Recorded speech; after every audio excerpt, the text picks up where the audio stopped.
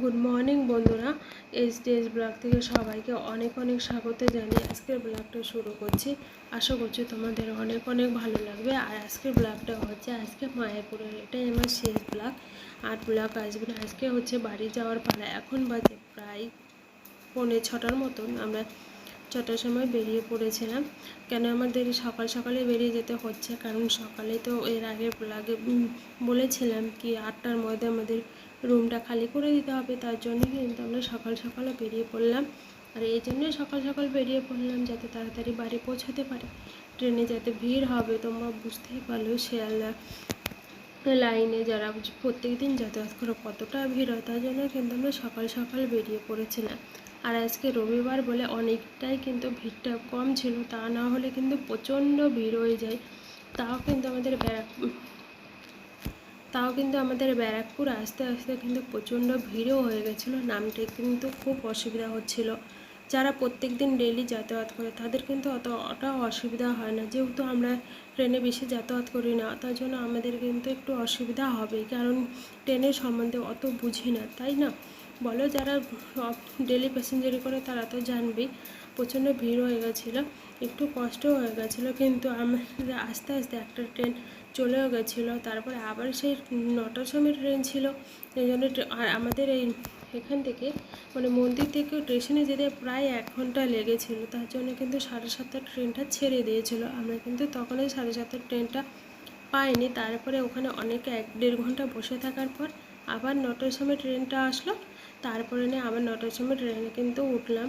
আর আস্তে আস্তে আমাদের প্রায় বেজে গেছিলো 11:30 12টার মতন বাড়িতে বেজে গেছিলো, বাড়িতে আসতে আসতে। আর আমাদের দেখতে পাচ্ছ এই গীতা ভবনই কিন্তু ছিলাম পেছনটাকে। গীতা ভবনকে বাই বাই টাটা জানিয়ে চলে আসছি বাড়ির উদ্দেশ্যে। যাই হোক, জায়গাটা খুব সুন্দর। আর তোমরা কিন্তু চাইলে আসতেই পারো, কম খরচে কিন্তু বাড়ির কাছে একটা ভালো ট্যুর হয়ে যাবে। আর খুব সুন্দর, কিন্তু মন্দিরের ভেতর গেলে তোমাদেরকে দেখাতে পারলাম না, আমি বাই বাই করে দিচ্ছি ভবনটাকে। আর মন্দিরের ভেতরটা তোমাদেরকে দেখাতে পারলাম না, কেন কি দেখানোর এখানে নিয়ম নেই। ভেতরে তো মোবাইল অ্যালাউ করে না, কী করে দেখাবো? এত সুন্দর ঠাকুরগুলো দেখলে প্রাণ জড়িয়ে যায়। আর আমরা কিন্তু বাইরে বেরিয়ে চলে এসে, আর এখানে দেখো অনেক টোটো তোমরা পেয়ে যাবে। আর এগুলো কিন্তু সব স্টেশনেই যায়, তোমরা কিন্তু আগের থেকে কথাবার্তা বলে নেবে, না হলে কিন্তু অনেকটা ভাড়া চেয়ে বসবে, তখন কিন্তু তোমাদের সাথে একটা ঝামেলার সৃষ্টি হয়ে যাবে। আর আমরা কিন্তু আগে থেকেই বলে বয়ে তারপরে কিন্তু টোটোতে উঠে পড়েছি। আর আমাদের যাওয়ার সময় 80 টাকা করে নিয়েছে, 70 টাকা করে নিয়েছে। আর এখন তো কী বলে, এখন 80-90 করে নিচ্ছে। যাই হোক, কিচ্ছু করে নেই, সকালবেলায় লোকের সঙ্গে ঝামেলা করে তো লাভ নেই, দিতে যাবো। ওদের যেটা পাওনা সেটা ওরা নেবে। আর আমরা দেখো অনেকটা রাস্তা বেরিয়ে চলে এসে, এটা কিন্তু কৃষ্ণনগরের রাস্তা। কৃষ্ণনগরের রাস্তাটা বেশ চওড়া, আর কী সুন্দর গাছ, ফুলের গাছ, সেটাই তোমাদেরকে একটু দেখাচ্ছি। আর আমরা কিন্তু ব্যারাকপুরে চলেও এসেছি। এই যে এখানে আমরা ব্যারাকপুরে এখানে বসে আছে, আর প্রচণ্ড গরম। এখানে একটু আখের রস খেয়ে নিলাম। ওখানে দেখতে পাচ্ছ আই লাভ ব্যারাকপুর। এখানে আমাদের টোটো আসবে, টোটো করে চলে যাব। ওই যে ওই পাশে তোমরা দেখতে পাচ্ছ টোটো, ওখান থেকে কিন্তু আমরা টোটো ধরি, যেহেতু আমাদের টোটোটা রিজার্ভ করা ছিল, তো এই জন্য টোটো চলে এসছে। আমরা এখন উঠে বাড়িতে আসবো। আর আমি কিন্তু বাড়িতে আসার পর অনেক দিন পর ভিডিও দিচ্ছি, কারণ বাড়িতে আসার পরে অনেকটা আমার শরীর খারাপ হয়ে গেছিলো। প্রথমে হয়েছিল মায়ের, তারপরে হলো আমার মেয়ের, তারপরে হলো আমার আর শ্বশুরের। তার জন্য কিন্তু আমরা এসে আগের রবিবারে, আর এখন আমি ভিডিওটা দিচ্ছি এই রবিবারে। তোমরা বুঝতেই পারছো কতটা আমার শরীর খারাপ হয়ে গেছিলো, ভিডিও দিতে পারিনি। আর এদিকে মা আর বোনও কিন্তু, আমরা যেদিন আসি মায়াপুর থেকে রবিবারে, তার পরের দিনই কিন্তু মা আর বোন চলে গেছে। আর ওরা যদি থাকতো তাহলে হয়তো ভিডিও দিতে পারতাম, কেন কি দেখো, মায়ের শরীর খারাপ মানে আমার শাশুড়ি মায়ের শরীর খারাপ হয়ে গেছে, সংসারের দায়িত্ব পুরো আমাকেই নিতে হয়েছিল, কারণ মেয়েকে সামলিয়ে কাজ করানো, মাকে দেখা, এসব করে সব কিছু সামলে আমি ভিডিও দিতে পারিনি। তার জন্য কিন্তু ভিডিওটা দিতে অনেকটাই লেট হয়ে গেছে, তোমরা কেউ কিছু মনে করো না। আর তার জন্য একটু ভিডিওটা দিতে লেট হয়ে গেল। আর মা বললামই তো, মা বোন থাকলে হয়তো মেয়েকে সামলাতে আমি ভিডিওটা কোনো কিছু না কিছু করে রেডি করে দিতাম। আর একার কাঁধে সব দায়িত্ব পড়ে গেছে, বুঝতেই পারছো তোমরা। আর এখানে কিন্তু পরের রবিবারে ভিডিওটা দিচ্ছি। আর আমাদের এখানে যা হারে বৃষ্টি হচ্ছে, তোমরা হয়তো বাইরে থেকে বৃষ্টির আওয়াজ শুনতে পাবে। টিপ টিপ টিপ টিপ করে কিন্তু 3-4 দিন ধরে পড়েই যাচ্ছে বৃষ্টি, হয়েই চলেছে। জানি না বৃষ্টি কবে থামবে। জামা কাপড় কেচে কেচে প্রায় মেলানোর জায়গা নেই, এতটা বৃষ্টি হয়েছে। আর এদিকে একটু ধুলো পড়ে গেছে। আমার গলার আওয়াজ শুনে হয়তো তোমরা বুঝতে পারছো কতটা শরীর খারাপ হয়ে গেছিলো। গলাটা এখনই ঠিকঠাকভাবে সারেনি, অনেকটাই শরীর খারাপ হয়ে গেছিলো। তার মাঝে কিন্তু আমি একদিন ভিডিও দিইনি। ভিডিওগুলো কিন্তু রেডি করা আছে, কিন্তু ভয়েসটা দেবো, সেই ভয়েসটা দেওয়ার মতো গলার আওয়াজ নেই। এখন একটু ঠিক হয়েছে, যেটা পরপর ভিডিওগুলো আসছে তোমাদের সামনে। আর এখানে দেখছো টিভির এখানে সোফার ওখানে যে ট্রেডিগুলো রেখেছিল, সব ট্রেডিগুলো এখানে রেখেছে।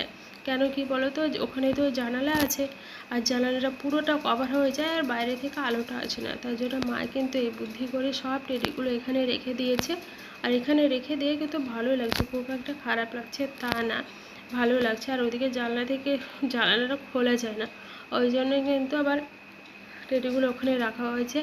আর ওইদিকে দেখো আমার সব কাজ হয়ে গেছে, আমি চলে এসেছি রান্নাঘরে রান্না করতে। এদিকে বেগুনটা কেটে নিলাম। প্রথমে বেগুনটাতে বেরোলো পোকা, কিচ্ছু করার নেই, পোকা তো বেরোবেই বেগুনে। আর বেগুন ভাজা আর চিকেন হবে, আর কিছু না।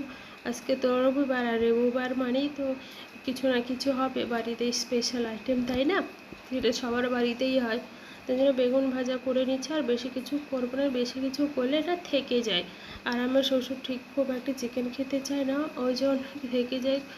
আর এই চিকেন দিয়ে হয়ে যাবে আর বেগুন ভাজা। এখানে পেঁয়াজ কেটে নিচ্ছি চিকেনের জন্য, পেঁয়াজ আদা রসুন। আর বটিটাতে নিয়ে বসলাম না, কেন কি এখানে চপিং বোর্ডটাই করে নিই, কি সুবিধা হবে। আর বটিটা ওঠা বসা আবার ওই জন্য, আর বেশি তো সবজি কাটতে হবে না, তার জন্য চপিং বোর্ডটাতেই কেটে নিচ্ছে। তোমরা কিন্তু আমি বারবার করে বলছি, কন্টিনিউ কিন্তু বৃষ্টির আওয়াজ পাবে তোমরা। আর এদিকে মেয়ে ঘুমাচ্ছে ঘরে, ফ্যানের আওয়াজও পাবে। আর ওখানে দেখো আমি সবজি কাটছি, আর আমার মেয়ে এসে আমাকে কি যেন বলছে, আমেলে দেখাচ্ছে, ওই যে ড্রয়ারগুলো খুলছে, থালা বাসন বের করছে, কাপ বের করছে। ও কি যেন আমার কাছে এসছে, এই কারণে ও আমার কোলে উঠবে। তোমরাই বলো আমি কী করে ওকে কোলে নেব? আমি বলছি যা শোনো তুমি ঠাম্মির কাছে যাও, না ও কিছুতেই যাবে না। দেখতেই পাচ্ছ তোমরা, একটা একটা করে থালা বের করছে। এই সারাদিন করবে, একটা করে থালা বের করবে আবার ঢোকাবে, একবার বের করবে ঢোকাবে। ও কিছুতেই ঠাম্মির কাছে যাবে না। যাই হোক, একটু খাইয়ে দিলাম। ও খাইয়ে দেওয়ার পরে একটু শান্ত হয়েছে, ও ঠাম্মির সঙ্গে চান করতে গেছে। আর ততক্ষণে কিন্তু আমি চিকেনটা রান্না হয়েও যাবে, ততক্ষণেও চান করতে করতে। তারপরে আমি চিকেনটা ভালো করে মা ধুয়ে রেখেছিলো, আর আমি সবজি তো কেটেই নিলাম, তোমরা দেখতেই পেলে। সবজিটা কেটে নিয়ে তারপরে কিন্তু চিকেনটা আমি ম্যারিনেট করে রাখবো। ম্যারিনেট করে রাখলে কী বলো, চিকেনের যে একটা আষ্টে গন্ধ, সেই গন্ধটা কিন্তু থাকে না। তোমরা ম্যারিনেট করে দেখবে, একটা চিকেনের একটা গন্ধ থাকে, সেই গন্ধটা কিন্তু থাকবে না ভালো করে ম্যারিনেট করে। এখানে কিন্তু যা যা মশলা দেওয়ার সেই মশলাগুলো দিয়ে কিন্তু ভালো করে ম্যারিনেট করে রেখে দেবো। ম্যারিনেট বসিয়ে দিয়ে আলুটা ভেজে নিয়ে পেঁয়াজটা দিয়ে তারপরে কিন্তু মাংসটা বসিয়ে দেবো। আর কিন্তু খেতে খুব সুন্দর হয়েছিল মাংসটা। আর বেশি কিছু তো রান্না নেই, এখন বাজে প্রায় 12টা, 12:30 মতন বাজে। আর আধা ঘন্টার মধ্যে আমার সব রান্না কিন্তু কমপ্লিট হয়ে গেছিলো, কারণ একটাই রান্না, বুঝতে পারছো অতটা টাইম লাগবে না। সুন্দর করে মেখে নিয়ে ভালো করে মাখা হয়ে গেছে। এখনও কিন্তু আমি স্নান করা হয়নি, চান করতে যাবো। আবার রান্নাঘর পরিষ্কার করে তারপরে কিন্তু চান করতে যাব। দেখো তোমাদেরকে বললাম না, চিকেন দেখো রান্না হয়েও গেছে। এখন রান্না হওয়ার পরে দেখো কালারটা খুব সুন্দর এসেছিলো, কাঁচা লঙ্কা দিয়েছিলাম একটু। তো আর টমেটো নেই, টমেটোর জন্য আরও কালারটা সুন্দর হতো। এই যেখানে বেগুন ভাজা বসিয়ে দিয়েছি, বেগুন ভাজা হয়ে গেছে। এর আগে আমি কিন্তু বেগুন ভাজা হয়েছিল, আরেকবার ভেজেছিলাম, এটা লাস্ট। বেগুন ভাজা হয়ে গেছে, আর এখানে ভাতও হয়ে গেছে, চিকেনটাও হয়ে গেছে, বন্ধ করে দিয়েছি। আর এখানে দেখো গ্যাস ট্যাস মুছে নিয়েছি, সব কিছু কমপ্লিট। এখন থালাগুলো যেখানে সিঙ্কে পড়ে আছে সেগুলো মেজে নিয়ে কিন্তু আমার আজকের মতন কাজ শেষ। মানে এই খাওয়া অবধি মনে হয় সকাল থেকে যুদ্ধ করতে হয় এই খাওয়ার পিছনে, যেই খাওয়া হয়ে যাবে তারপরে কিন্তু আমাদের অতটা কাজ থাকে না। হ্যাঁ থাকে সন্ধ্যার সময় জামা কাপড় গোছানো, চা বানানো, সন্ধ্যা প্রদীপ এইসব কাজগুলো থাকে, কিন্তু এই রান্নাবাড়ির ঝামেলাটা কিন্তু থাকে না। আমরা কিন্তু দিনের মধ্যে একবারই রান্না করি, শুধু রাত দুপুরবেলায় রান্না করি। দুবেলা রান্না করা আমাদের পক্ষে সম্ভব না, মানে আমার পক্ষে আমার রান্না করতে বিরক্তই লাগে। তোমরা যে যাই মনে করো না কেন, আমার প্রচণ্ডই বিরক্ত লাগে। ওই জন্য রান্না একবারই করে। আর আমার শাশুড়ি ওই যে বাচ্চার জন্য আরও কি বলো তো বিরক্ত লাগে, বাচ্চাটা বেশি ঘ্যান ঘ্যান করে, ওই জন্য সন্ধ্যার সময় পৌঁছাতে যায় না, একটু ঘুরতে নিয়ে যেতে হয়। ও তো সবসময় বাড়িতেই থাকে, তার জন্য একটু সন্ধ্যা হলে ওকে একটু ঘুরতে নিয়ে যেতে। তাও তো বৃষ্টি হচ্ছে, বৃষ্টির কারণের জন্য যেতে পারছি না, তাও তো কিছু বলছে না। চলো বন্ধুরা, আমি ভিডিওটা এখানেই রাখছি। তোমাদের কেমন লেগেছে অবশ্যই কমেন্ট করে জানিও, আর ভালো লাগলে আমার পাশে থেকো। আর দেখো এখানে কিন্তু সব কিন্তু পরিষ্কার করা হয়ে গেছে, সেটাই তোমাদেরকে আমি দেখাচ্ছি। চলো বন্ধুরা, দেখা হচ্ছে পরে একটা ভিডিওতে। বা ততক্ষণে টাটা।